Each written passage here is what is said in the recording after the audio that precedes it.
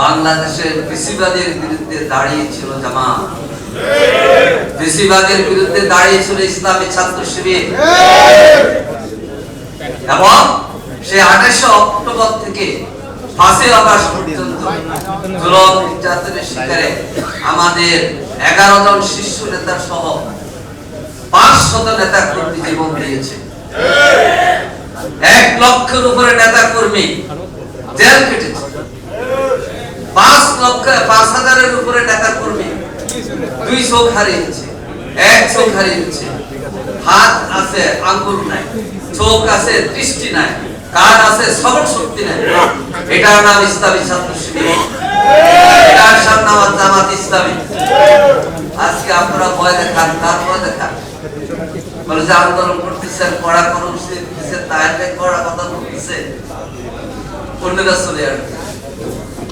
বাংলাদেশ জামাত ইসলামী এবং আজকে যে 8 দল আমাদের সাথে একসাথে কর্মসূচি দিচ্ছে, আমরা মৃত্যুকে ভয় করি না, আমরা ফেসিবাদ আসবে এটাকেও ভয় করি না।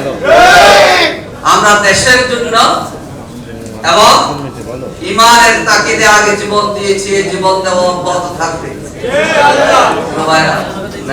চলে যাচ্ছে সময়। 28 অক্টোবরের পরে এই পল্টনে আমরা 3 মাস আন্দোলন করেছি।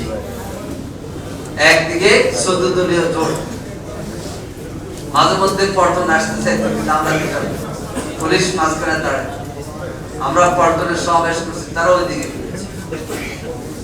এরপরে 111 তৈরি হয়েছে 2011 সালে, 2007 সালে 22 জানুয়ারি একটি নির্বাচন হওয়ার কথা। 1-11 কারণে সে নির্বাচন হয় নাই।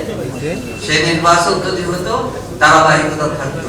সেই নির্বাচন ভণ্ডুল করেছে যারা, আজকে বিএনপি নেতাদের কথায় তাদের সুর প্রতিধ্বনিত হতে দেখা যায়।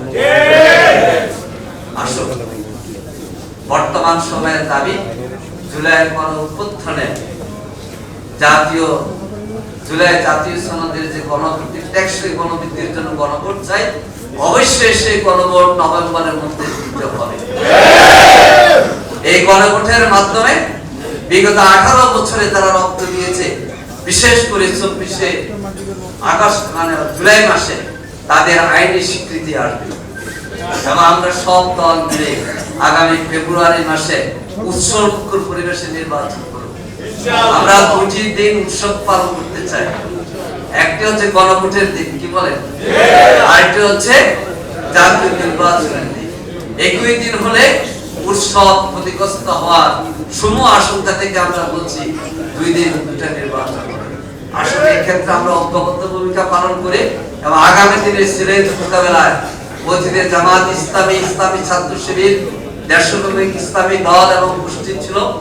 আজকে আমার ভাতিজা, আমরা তাদেরকে বলি রাশেদ। এই রাশেদ প্রধানের হাতে শফিউল আলম প্রধান 28 অক্টোবরের প্রোগ্রাম করছিলাম 2010 সালে প্রেস ক্লাব।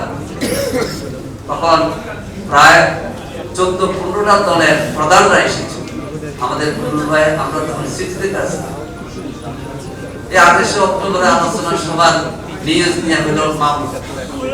এই মামলায় তৎকালীন ভারপ্রাপ্ত আমির জামাত মুকুল আহমদ সাহেব সহ এই 15 থেকে 20 জন জাতীয় নেতাকে বহুদিন চট্টগ্রামে আদালতে যেতে হয়েছে। মামলা হয়েছে চট্টগ্রামে। এর মধ্যে শফিউল আলম প্রধান একজন, নিরু ভাই একজন, শামীম মামুন একজন। এই সব নেতা আলহামদুলিল্লাহ অতীতে যারা আমাদেরকে সহযোগিতা করেছেন, ধন্যবাদ। যারা ইন্তেকাল করেছেন তাদের জন্য আমরা আল্লাহর কাছে দোয়া করি, আল্লাহ তাআলা তাদের জান্নাতের জান্নাতের খুঁজা বাড়িয়ে দেন। আর যারা আমরা আসি ইনশাআল্লাহ বেশিরভাগ বাংলাদেশ আমরা ঐক্যবদ্ধ থাকবো, আগামী নির্বাচনে ঐক্যবদ্ধভাবে আমরা লড়ে যাব।